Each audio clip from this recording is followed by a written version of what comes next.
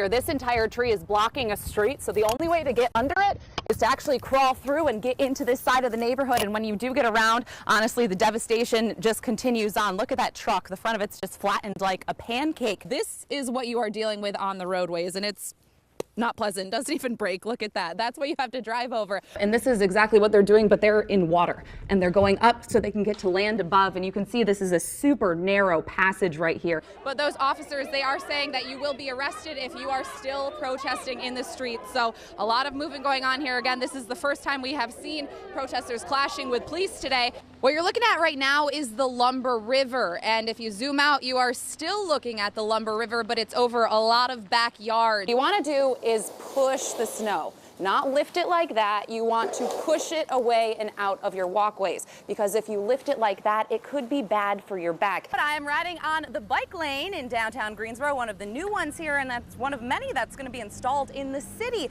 over the next few years. But while there's going to be more cyclists on the road, we thought it'd be good to put the brakes on any misconceptions you may have about sharing the roadway.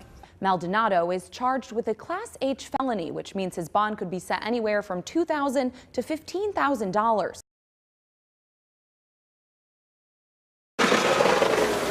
The scrapes and crunch of snow, music to this neighborhood's ears. Thank you! All orchestrated by Bill Kreis. I got nothing better to do. Might as well come on out and give people a hand. The Randolph County veteran, who's also a farmer, hauled his tractor to Greensboro. Well, typical redneck stuff. Just a little 33-horse Workmaster New Holland tractor with a front-end loader and a standard box blade.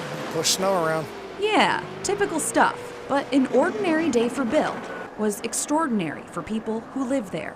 We really need to go to work, and we could not get out. We are so thankful. Gratitude from a place that's bared Mother Nature's wrath time and time again. They're still picking up the pieces after April's tornado, and the snow isn't helping. No, it's pretty cool. I just helped this fella here out, and I think he was pretty appreciative. The little old lady gave me a hug. That was kind of nice. But even if he can't melt the snow, Bill's easy decision to plow this neighborhood might melt your heart, helping people he doesn't even know. Don't have to. If you helped your neighbors more, you'd probably have a better community. Bill actually came from southeastern Randolph County, so it was a haul to get up here. He says he wants to maybe rally some other farmers and build a group to do this more often. I'm just really frustrated at this point because my daughters are in a homeless situation. A frustration shared by many living at Pinecroft Place apartments who can no longer call their apartments home. But it might be a little less frustrating if the same thing didn't already happen in 2003. Overnight Sunday, 32 units, the same 32 units that flooded in 2003, were re-condemned by the city. The city inspector who posted the notices said no one should have been living inside them for the past 15 years. I asked the current property owner whether they knew they were condemned. I have been told that, but I've also asked folks to show me where it is in writing that the units were condemned, and no one's been able to show me that. So it's a bit of a contradiction. Okay, no, I understand that, but I guess at what point in time was there a decision to rent those units out? That occurred, a few years ago. Yeah, and we've had that property has not had a single problem with flooding since 2003. There's not been any water in any of the units. Don't walk through the water! This property actually has a history of flooding.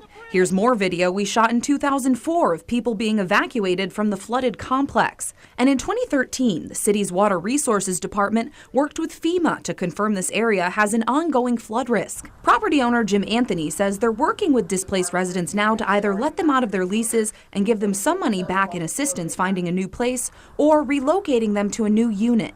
Denise Minder's daughters have been living here for a year, and she says that's just not enough. They collected rent from my daughters for a whole year, close to $10,000, and you want to offer them $1,000 to move out of a situation that they put them in.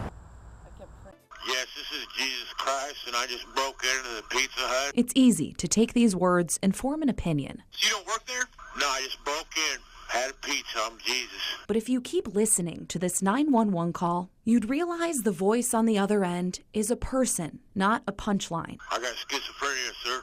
He was diagnosed with paranoid schizophrenia at age 19. Alice York says for several years life was manageable for her son Richard Quintero, but then it got worse. She says her son became a ward of the state with a special treatment team, and he was likely homeless the night of the break-in. It was the most heart-wrenching thing to turn on a radio and hear my son's voice being used as a soundbite for entertainment. The heartache kept coming. Although Alice is his mother, she's not his legal guardian, which means she hasn't been able to visit him or see how he's doing. I've been blocked. I've been left out of all the communications. After his arrest on March 21st, he was taken to Guilford County Jail. About 3 weeks after that, she had to learn secondhand that Richard was taken to High Point Regional after he tried to bite off his own tongue. Then she learned he had been transferred to the hospital at Central Prison in Raleigh. But this week, a breakthrough. After several calls with prison officials, she'll be allowed to visit her son Saturday. I'm a little afraid. I don't know what I'm going to see or what I'm going to encounter, but I do get to see him, so that is the best news. A smile like this shows a mother's love for her son, living a life neither of them chose. But behind that smile is a worried mind. It's just not my story. It's just not Richard's story. It's the story of the mentally ill.